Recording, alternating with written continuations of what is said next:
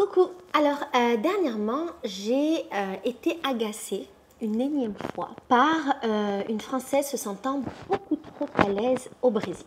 Et ça m'a fait une petite piqûre de rappel d'une chose que je sais déjà, que je n'oublie pas, mais visiblement, beaucoup d'immigrés français qui arrivent ici le font. Nous ne sommes pas dans notre pays, nous ne sommes pas brésiliens et ne serons jamais brésiliens. Pourquoi est-ce que je pense et je dis ça? Je rencontre beaucoup de Français, j'ai dit une Française parce que je rencontre principalement des femmes, mais ça peut être aussi des hommes. Je rencontre beaucoup de Français qui vivent à Rio depuis pas si longtemps.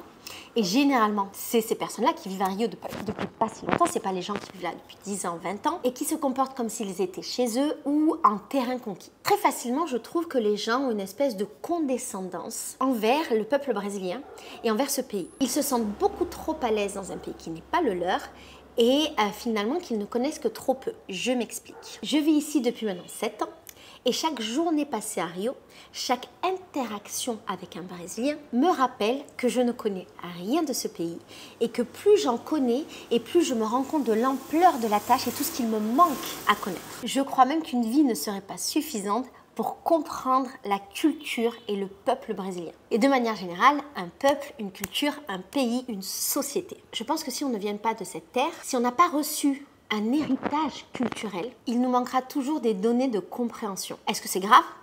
Pas du tout.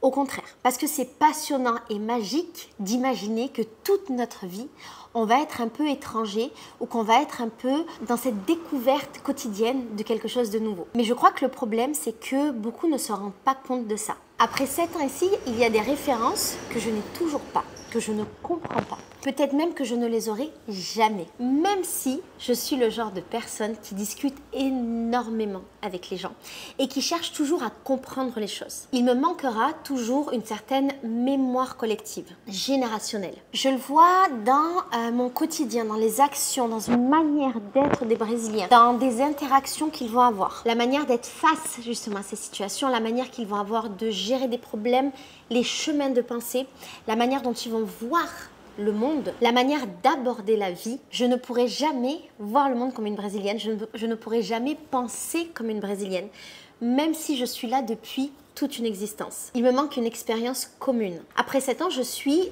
justement toujours étonnée, curieuse, admirative et même fascinée par les Brésiliens. Et alors, je ne dis pas que les Brésiliens sont parfaits. Je ne romantise pas le peuple brésilien, mais ce qui me fascine, c'est de continuer à voir la différence entre eux et tout ce dont je t'ai parlé, cette manière de vivre et nous les Français.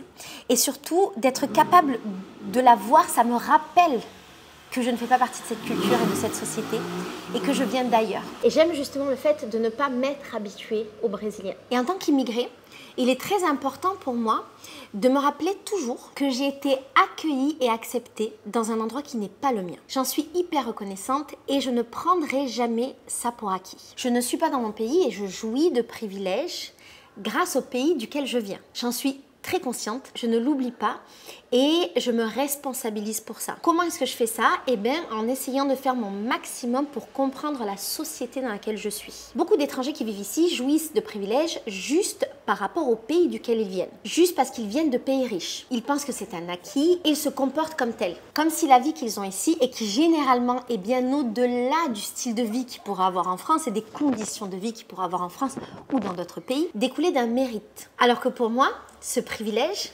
qui peut être le fait d'avoir un passeport qui permet de se déplacer où on veut dans le monde, d'avoir une monnaie forte, généralement d'être blanc, de ne pas avoir de limite pour voyager et pour se déplacer. Ce n'est pas un mérite, mais c'est un privilège pour lequel on n'a rien fait. C'est quelque chose qu'on a acquis à la naissance juste parce qu'on est né au bon endroit, dans le bon pays, avec les bons avantages. Et c'est très important d'en avoir conscience tout le temps. Je ne serai jamais chez moi ici parce que je n'ai jamais lutté comme un Brésilien. Je ne serai jamais chez moi ici parce que je n'ai jamais lutté comme une Brésilienne. Que ce soit pour mes droits par exemple. Mes luttes à moi, mes conquêtes, elles sont françaises. Et c'est quelque chose que j'ai à l'intérieur de moi. Ma manière de penser la politique, ma manière de me penser dans la société seront toujours françaises. Je pense que même en vivant très longtemps dans un pays, c'est quelque chose qui est profondément ancré en nous et qui ne part pas. Ma vision de la liberté par exemple est profondément française parce que j'ai reçu des valeurs dans mon éducation, dans la société dans laquelle j'ai évolué. Donc, que je le veuille ou non, j'aurai toujours une vision extérieur ou avec un peu de recul sur la société dans laquelle je suis. Et ça me montre que je ne suis pas dans mon pays. De manière un peu plus légère, pour te donner un autre exemple, qui n'a rien à voir d'ailleurs, au niveau de la langue, même si je parle très bien le portugais, alors pas moi, mais si un jour j'arrivais à parler très bien le portugais, à être capable de le parler parfaitement, de comprendre tous les mots, de tenir de longues conversations avec les Brésiliens, il me manquera toujours une expérience commune avec les mots. Je t'explique. J'ai une expérience personnelle avec les mots en portugais parce que je les ai appris et que beaucoup de mots me rappellent un souvenir. Mon français qui est ma langue natale, j'ai plutôt une expérience collective des mots parce que des mots peuvent me rappeler quelque chose de culturel, un fait, un événement, quelque chose qui s'est passé dans l'histoire de mon pays. Et je trouve que ça fait la différence entre une langue qui est natale et une langue qu'on apprend. Une expérience collective ou une expérience individuelle. Et là où un mot fera forcément référence à quelque chose naturellement pour un Brésilien, eh bien moi je n'aurais pas cette référence.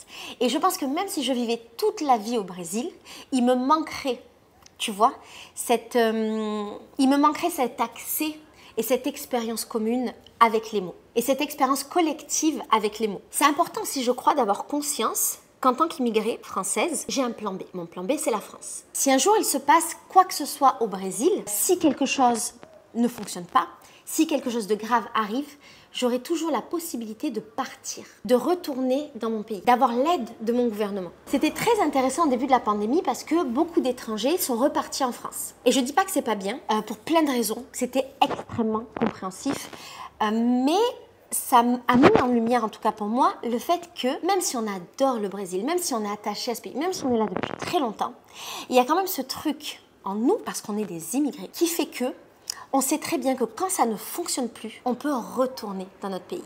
C'est un peu comme quand on est dans notre vie d'adulte et qu'il y a un événement, un divorce, une séparation, perte de travail, c'est difficile et on retourne chez nos parents. Je vois un petit peu notre pays d'origine comme ça, comme notre parent bienveillant qui est toujours là pour nous quand on en a besoin. Et ce n'est pas du tout une critique quand je parle de ça, mais c'était très intéressant pour moi de voir, et ça l'est encore de voir, qu'on a ce rapport peut-être avec notre pays qui fait que c'est là, en tout cas nous qui sommes français, que notre pays est et sera toujours là pour nous protéger. C'est là où on se sent en sécurité.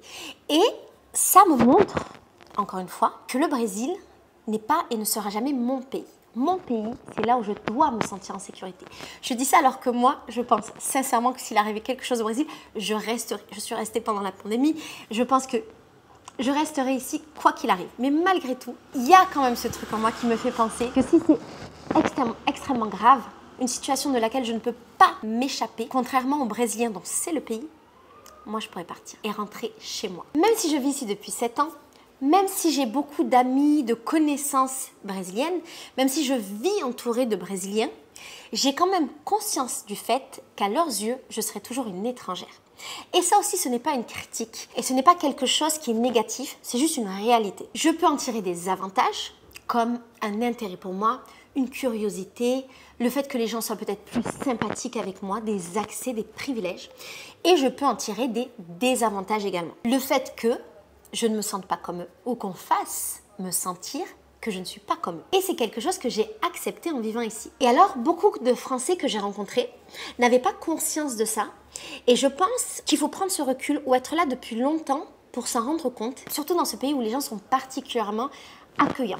Je pense que c'est quelque chose d'assez subtil dont on peut se rendre compte quand on comprend très bien la langue, quand on comprend très bien les enjeux et les rapports entre les gens. Et je trouve que de ne pas avoir conscience de ça, c'est un peu risqué. Je serai toujours une étrangère aux yeux des gens, même des gens que je côtoie depuis très longtemps. Ils auront toujours conscience que je ne suis pas comme eux et il y aura très certainement un moment où soit ils me le feront comprendre, soit ils me le diront. Que ce soit pour quelque chose de positif ou de négatif. Mais je resterai toujours une étrangère. Moi, je vois beaucoup de Français qui manquent d'humilité et qui occupent des espaces qui ne sont pas les leurs, en pensant que c'est légitime. Bien sûr que c'est légitime pour nous d'être ici, bien sûr qu'on a travaillé, qu'on a abandonné des choses, qu'on a fait des choix pour être ici. Je ne nie pas et je ne baisse pas la valeur de ces sacrifices et de cette légitimité. Bien sûr, c'est légitime pour moi d'être dans cette maison. J'ai beaucoup travaillé pour pouvoir me permettre de l'acheter, bien entendu. Mais je n'oublie pas qu'on est là parce que des gens nous ont accueillis et nous ont acceptés dans leur pays. Je n'oublie pas qu'ils ont partagé avec moi leur territoire et leur culture. Il n'y a pas un jour où je ne suis pas consciente de ça et pas un jour où je ne suis pas reconnaissante. Je pense qu'en tant qu'immigré, en tant qu'étranger, il est important aussi qu'on ait conscience de notre place, de la place qu'on a dans la société et qu'on ne se permette pas d'occuper certains espaces. Parfois, d'afficher une opinion sur certaines choses de cette société qui n'est pas la nôtre. Parfois de se positionner, parce qu'il est important de respecter le fait que ces espaces-là sont pour les gens d'ici. C'est pour ça que je suis souvent agacée par les étrangers qui vivent ici, notamment les Français. Je parle des Français parce que je suis française et que du coup je peux entendre, connaître, discuter, comprendre ce qui se passe dans la tête des gens. On a cette culture commune, qui se comportent en terrain conquis et qui n'ont pas conscience qu'ils ne seront jamais vraiment chez eux ici. Souvent, je les entends parler du Brésil et de Rio comme quelque chose qu'ils consomment, bien immatériel, auquel ils auraient accès, très souvent auquel ils n'auraient pas accès dans leur propre pays. Et ils énumèrent un peu toutes les raisons pour lesquelles ils sont là, comme s'ils consommaient des ressources accessibles. Ce qui laisse penser que le jour où ils n'auront plus accès à ces ressources-là, simplement, ils changeront d'endroit pour aller consommer les ressources humaines, matérielles, immatérielles d'un autre pays, d'un autre territoire. Ce qui, à mes yeux, est une vision très capitaliste et très post-coloniale que l'on peut encore avoir. Une vision que je trouve déjà beaucoup plus intéressante, c'est comment est-ce qu'on peut s'intégrer dans un pays, faire partie d'une société sans la consommer. Comment est-ce qu'on peut l'enrichir et créer des ressources plutôt que simplement les utiliser. Comment faire partie de ce tout? Et alors tout ce que je viens de te dire, ça n'enlève rien du tout au sentiment d'appartenance que l'on peut avoir quand on vit dans un autre pays et qui est absolument merveilleux, qui est très sain de ressentir parce qu'on peut se sentir très vite seul et déraciné quand on n'est pas chez soi. Ça n'enlève rien à l'amour qu'on peut avoir pour le pays qui nous a accueillis, au lien qu'on peut avoir avec ce peuple, à l'admiration qu'on peut avoir également pour la culture, qui est totalement légitime. Je pense, pour terminer, qu'il est très important, quand on n'habite pas dans son pays, quand on est immigré, quand on est parti, quand on a été accueilli sur une terre, de rester humble, modeste et reconnaissant. Je t'embrasse très très fort. N'hésite pas à me dire ce que tu penses de tout ça, surtout si toi aussi, tu vis dans un autre pays. Je serais très curieuse d'avoir ton avis. Peut-être que tu n'es pas d'accord avec moi, et il n'y a aucun problème. Peut-être que tu es d'accord avec moi, peut-être que tu as reconnu des choses, peut-être que pour d'autres, pas du tout.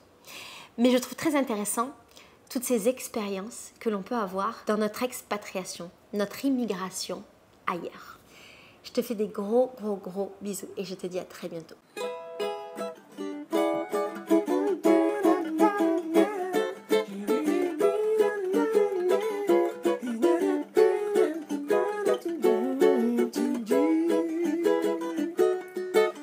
Disse a você que eu tinha amor. Quem foi que mandou você me desejar? Também adorei o que você gostou.